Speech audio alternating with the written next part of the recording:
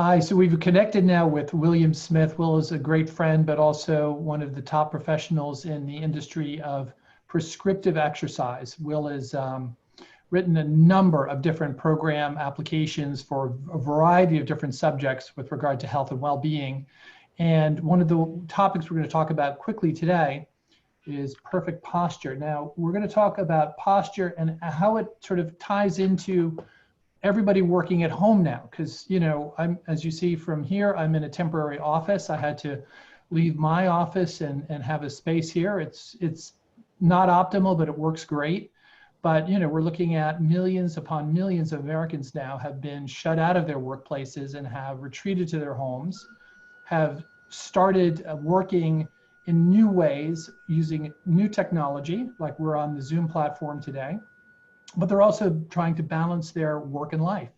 So with this in mind, we're going to talk about that whole home work environment, how that's affecting the millions who are doing it, but also how that integrates back into some important health issues, including your posture and your well-being from your posture. So, well, let's talk about it. Where are we at today? You look like you're in an office. Yeah, I'm at the hospital in an outpatient center.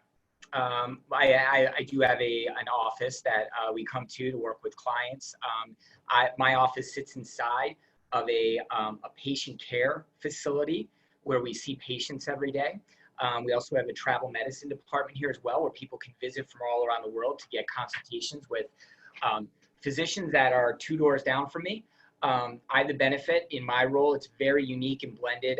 I work directly with the employee benefits managers and directors at some of the largest companies in the world that are based here in New Jersey, pharmaceuticals, you name it.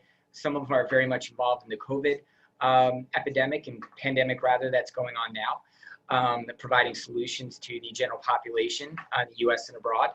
So we work directly with those leaders at those organizations that design their health and welfare plan, simply put, health insurance, medical, dental, you name it, and they put those plans into place for the well-being of their employees. So our department at Atlantic Health, where I work, uses our talents to work with these employers to put health and wellness solutions in place. But now you're in an office, so you're able to go to work. Are you also doing a blended work at home scenario for your job as well? Yeah, I try to work remote a little bit at home. It might be 2 days a week, give or take. And I think when we're having a conversation like this, Andrew, it's interesting because my background is in the medical and the clinical side of it, as an exercise specialist, working with special populations of all ages and ranges. But I think it's really important to, like we say here in our office, is to humanize the message. And that meaning we as healthcare professionals and as exercise professionals and wellness we're still fathers, mothers, partners, caregivers, spouses, you name it, with life commitments, kids, health issues, bills. I mean, we all have similar concerns that we're all dealing with. So when I think we talk about the changing work environment in the workplace, that means something different for everybody.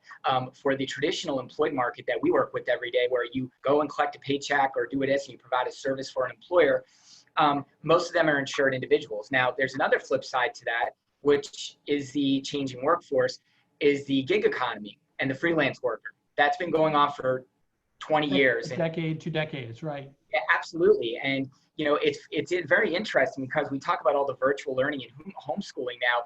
That's been going on for centuries, right? Homeschooling. Right.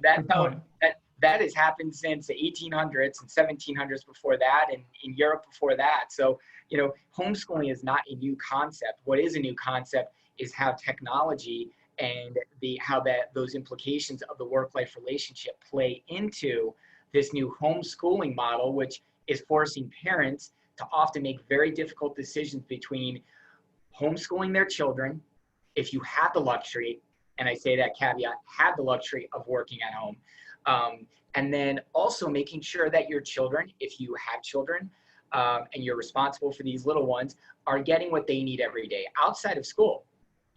Well-being, health, physical, mental well-being, which are timely topics both for young children and both for adults these days. Well, of course now, so millions of people sitting at home, probably some of them watching this very interview and wanting to learn a little bit more about it. Obviously, there's some clear benefits. Let's talk about the positives of now staying at home, being with your family. I mean, what do you see as some of the positives from that experience? So the positives, because I did have the opportunity to spend a little bit more time at home during COVID. Now I say that because we were actually up here in the North Jersey area, staffing COVID testing tents and doing things like that. So I did have the fortunate opportunity, and I still do every day, to work with dedicated healthcare professionals. Now, that gave me a really interesting perspective that I brought back home, which is it refocuses you on what's really important. That's the health and well-being of your family. So I think that's a real positive. It made us all take a step back. I think the second piece to that is when you are with your kids or your loved ones, at least in my case, I was a little bit more focused on what I was doing with them. And that was out of necessity, because as a person who is not great at multitasking, it did help me focus a little bit more. I think as the general workforce, again, we are in a knowledge-based economy now, moving from that kind of manufacturing-based economy to more of a knowledge-based economy. We are still a heavily manufacturing-based society, though. We do have those. Those are necessary skills. But we are moving into a knowledge-based information society where computers, technology, internet, 5G now are transmitting information globally, not just locally anymore. And that global presence is having a local effect, meaning you are now able to, let's say, work locally, but also transmitting work information. You can deliver products globally, right? If you're a freelancer, gig economy worker. If you're an employed worker and you're working at an employer, you can provide your information and meet with colleagues all over the world. Another positive to that, Andrew, I would say, is regarding commute. For a lot of people, especially in New Jersey, who have on average probably 45 minutes to an hour commute every day. Each way. We're not talking about, so we're talking 2 to 3 hours. You're driving, and they're reclaiming that amount into their life. So the question is, what are you doing with that information? What are you doing with that time now? Are you doing something that may not be great for your health or your well-being? Are you doing something positive? Those are all questions each of us have to answer individually, because we are all held accountable in some way, of whether it's our health hasn't, we haven't had great health the last 6 months because we've chosen X, or we have had because we've decided to walk an extra 45 minutes every day. So an additional benefit then is more time. The question is, what do you do with that time? How can you take advantage of the extra time you do have? Whether it's something for yourself or something for those you care for, your family, for example. So that's a very good point. Any other advantages? I mean, of course, maybe some money saved, right? I mean, all that commuting does cost real money, whether it's in your car or on a train or on a subway. Yeah, I think the financial component is a very interesting conversation, because there's some people who have been very, very fortunate, I think, in this economy. There's some who haven't, and not to delve too deep into that, because it probably stirs up the pot a little bit. But I think when you look at the general economy, when you have, let's say, essential healthcare workers, they're required to be at work. Some of them probably really received hazard pay because they're working on the front lines, testing people. Well, definitely, and we are absolutely sensitive to those individuals that are doing those essential jobs and being in a more dangerous environment because of what they're called to do by their profession. So, and then you have, and I'll add to that, and you have people who are keeping our supermarkets open, who are pumping our gas, who are doing other things that are absolutely vital, that if they're not there, that's when society breaks down, right? And you have this flip side to this whole pandemic. It's really, and I talk to my wife about this all the time, it's really exposed the cracks in our gentle societal ecosphere, which are the gentle balance between school, work, or children and work, and their schooling, and what you have to get done on that front. And let's be honest, a lot of people look at school for purposeful reasons, right? For children to go through school, learn, and become academically fluent in whatever it is that they're studying. But also the flip side to that is, now with the majority of households, I think majority of households are very close now, with 2 working parents caregivers in each household, partner, spouse, what have you, Mhm. school is often looked at as a childcare mechanism as well. Mm. And in the last 20 or 30 years, childcare expenses have gone through the roof in this country without a proper foundational support for those early pre-K years, when parents are forced to make difficult decisions on whether they're going to stay home and lose a second income, for example, maybe lose a pension if you're a teacher, or lose that second disposable or discretionary income where you can make your life a little bit better for your family every year and live on one income, for example. Those are really challenging decisions that are probably didn't exist 3 or 4 decades ago as much as they do today. So those are things that all the families are dealing with now. And so bringing it around to then, so we have, obviously some positive gains from homework, could be, just life, experience could be improved and more time with your family. Time gained from not having to commute, maybe some money saved if you're able to do that. Obviously, there's a mix of challenge, what you're talking about, in terms of some people don't have that luxury of working from home necessarily, but then also there is that sort of, an intensity of that experience, then balance, work-life balance once everybody's in the house to figure that out, privacy, just patience, dealing with children for maybe for the first time in a long time on that much of an extended basis when normally they're at school Monday through Friday. But, obviously there's some, and the reason we're here to focus is, some of the negative impacts on that from home environment. I mean, that's really kind of what I wanted to get back to on this conversation today is really, the physical aspects. Obviously there's stressors, coming from that work-life balance issue, the privacy issues, but we're also talking about real physical challenges that could lead to a longer term health concerns. And I think that's really what I wanted to tap into your brain on today is, again, we're now working at home, we're sitting not necessarily in, ergonomic environments that have been planned out by architects and functional design professionals. I mean, what's going on, day to day at the home workplace? What are the health concerns there?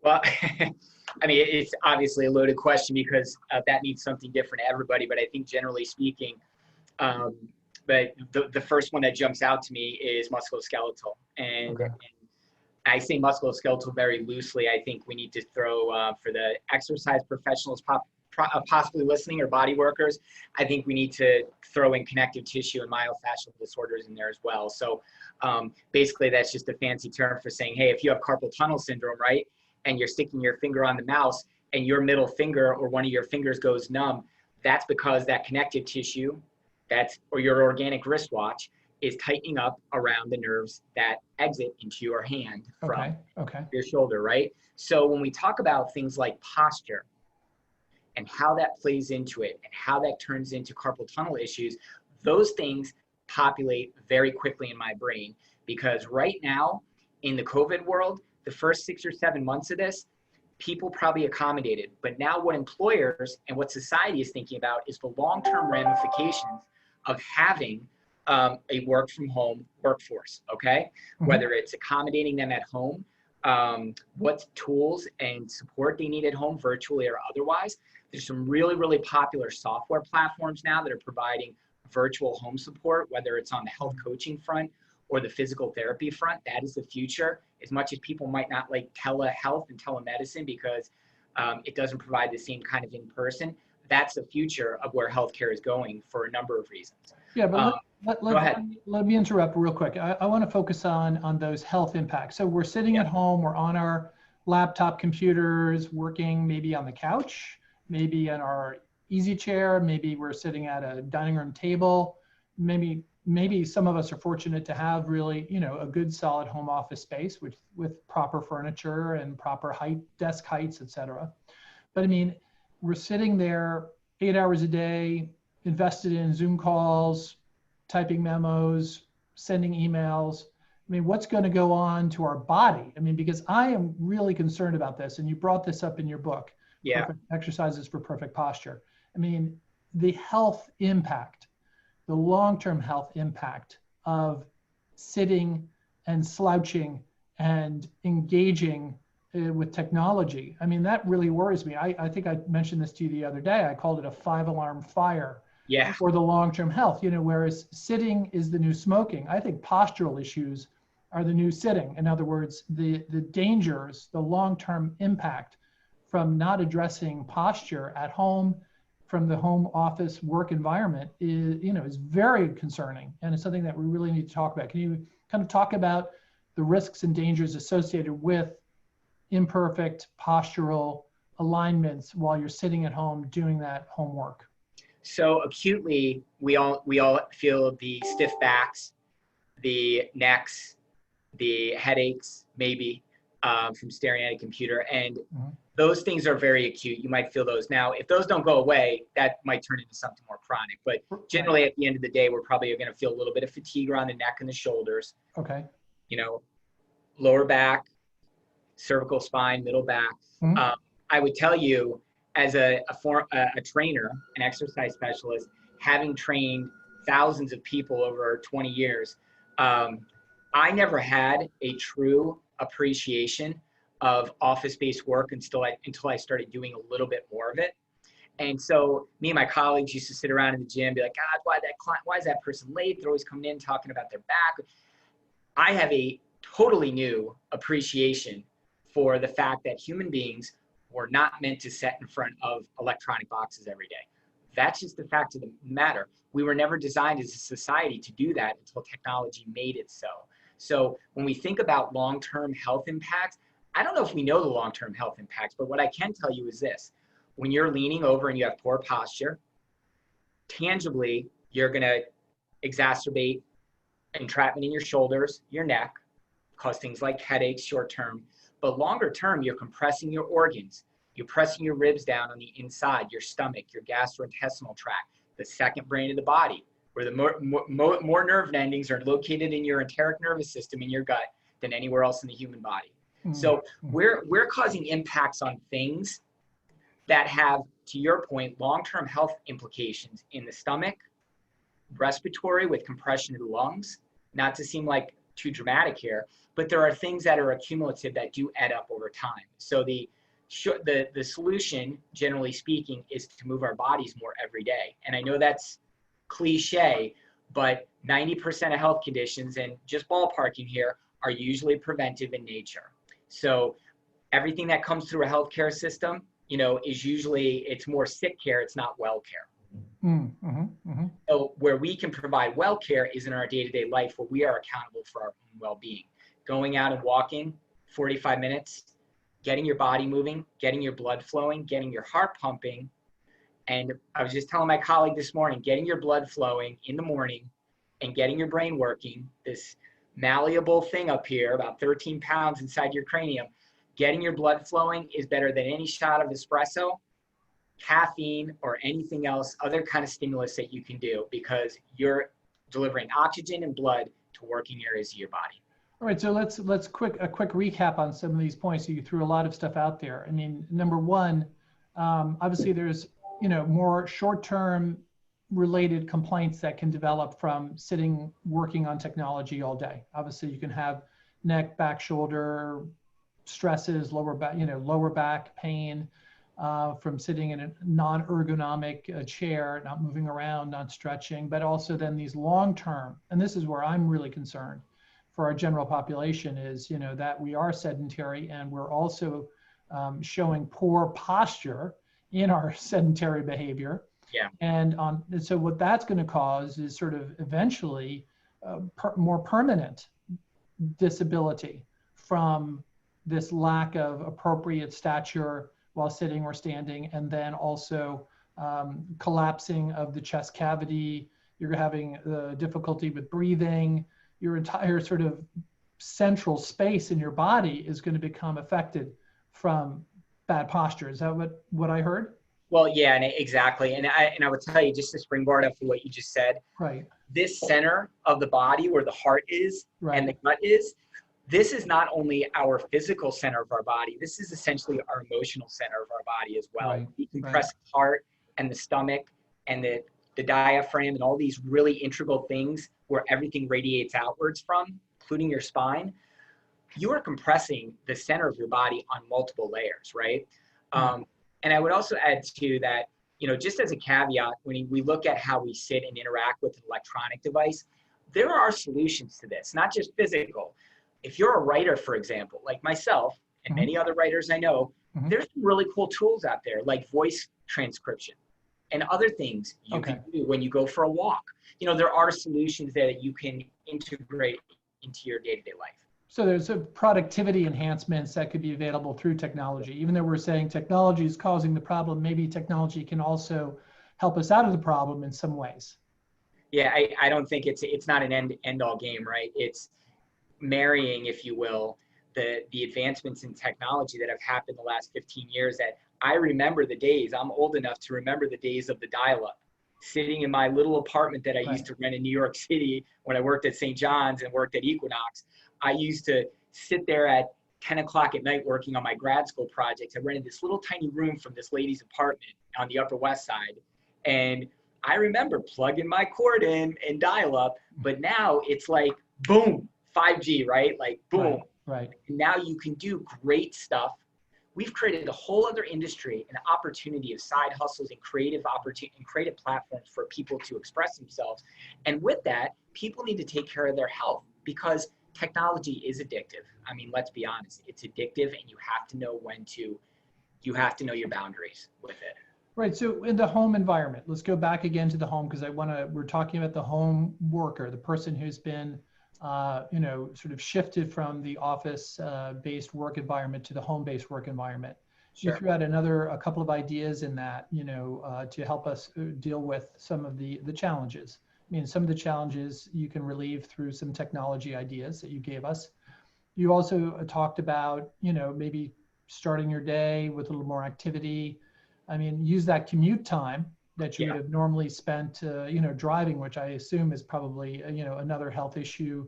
And I know we can talk about that at some point, the whole notion of sciatica, because we all get that from driving too long. We could also get that sitting at home, I'm sure of it as well. But, you know, the idea of taking some of that new time and investing in your health by taking a walk instead of just going right to the desk, and maybe take more frequent breaks from that work desk as well. And to, you know, to breathe, to get some fresh air, to move, and to further invest in your own personal well-being. Can you give us any ideas for the actual workspace? Like, you know, any ideas for the home office, how you might shift that or change that around a little bit, or some basic, you know, tips that we can take away? Yeah, I would start with your head. You know what I mean? That metaphor. I mean, that generally speaking, you need to have a productive, clean work environment. Okay. All right. I put it. Let's say I have some attention deficit issues, and I say that knowing who I am, that I need to have purposeful space that is clear from obstructions with one thing at a time. That's just me knowing myself. Okay. So clean up your workspace, find a spot that you can use as your spot, and make it as clean and efficient as possible. Okay, good idea. That's the first thing. Okay. The second thing would be your body's position to whatever object you're interacting with. Whether it's probably going to be a laptop. You want to make sure that whether you're sitting or standing, you're looking. If you're sitting, you want to make sure your hips are slightly above the height of your knees. Okay. Okay. And what that does is it allows you to either hopefully maintain a neutral or a slight C curve forward in your lumbar spine, which is your lower back. Okay. It's also a helpful point 3 to have your feet flat on something, not, let's say, curled up underneath your chair. That puts more stress on your back and your knees. Or up on your desk. Or, or up in your desk. Right. You know, if you're cool with that, then you do that, right? Whatever works for you. The other thing I would recommend too is you got to remember our eyes, like our optic nerve and our eyes and the eye strain and the muscles around the eyes. It's really important to give yourself an eye break, you know, every so often, and getting your vision checked periodically, especially if you're looking at something that emits an artificial light. That's really important. I would say lastly, just that comes to mind, is natural light. I've really tried hard in my workspaces lately to make sure I have good natural light, not this fluorescent stuff that's coming down. Sure. Natural light it's healthier. It wakes your senses up. It's also therapeutic. The sun is one of the best forms of therapy with UV light out there for bone health and other things. So just those are some things that immediately come to mind as takeaways to kind of design your home space. And what about some exercises? Are there any, you mentioned walking, obviously a brisk walk is great for what ails you for so many things. But what about like stretches or any kind of other exercise, simple exercise remediations that could help us find better posture, over time? So I'll give you 3 areas: your ankles and feet, Okay. hips, and your shoulder girdle. So up here. Okay. So your ankles are a mobile joint. Okay, they move in all directions. So you should be stretching out your calf muscles.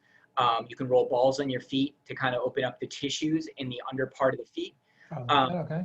Doing things where you're stretching out your toes manually, putting a light little ball underneath your big toe mound to open up and create space in those joint structures are really important so you don't get stiff toe joints. Your big toe mound, where your big toe is one of the most, if not the most important joint in the body for balance. So if you have flat feet in particular, there's automatically going to be more stress in your knees and your lower back. So it's really important you kind of keep those tissues active in your feet and ankles. As far as your hips go, stretching your hips out, like ankle over the opposite knee with the gentle push down of the knee, kind of opening up that hip joint, is really important. Your hip moves through all 3 planes of movement. It's a combination of stability and mobility. So it's really important you both strengthen the muscles around the hips with things like bridges, and then also stretching out your hip joints. And then lastly would be the shoulder girdle. So this area up here, doing things where we're opening up the shoulders, either in a corner in the wall, where you're, opening up your shoulders back, or doing rotator cuff stuff, or doing an alphabet exercise. Those things are really important as well. So anything you can do to counteract being pulled forward. And I would say, just as it's something that a lot of people don't think about as far as suppleness of tissues and movement, is drinking enough water throughout the day. Absolutely.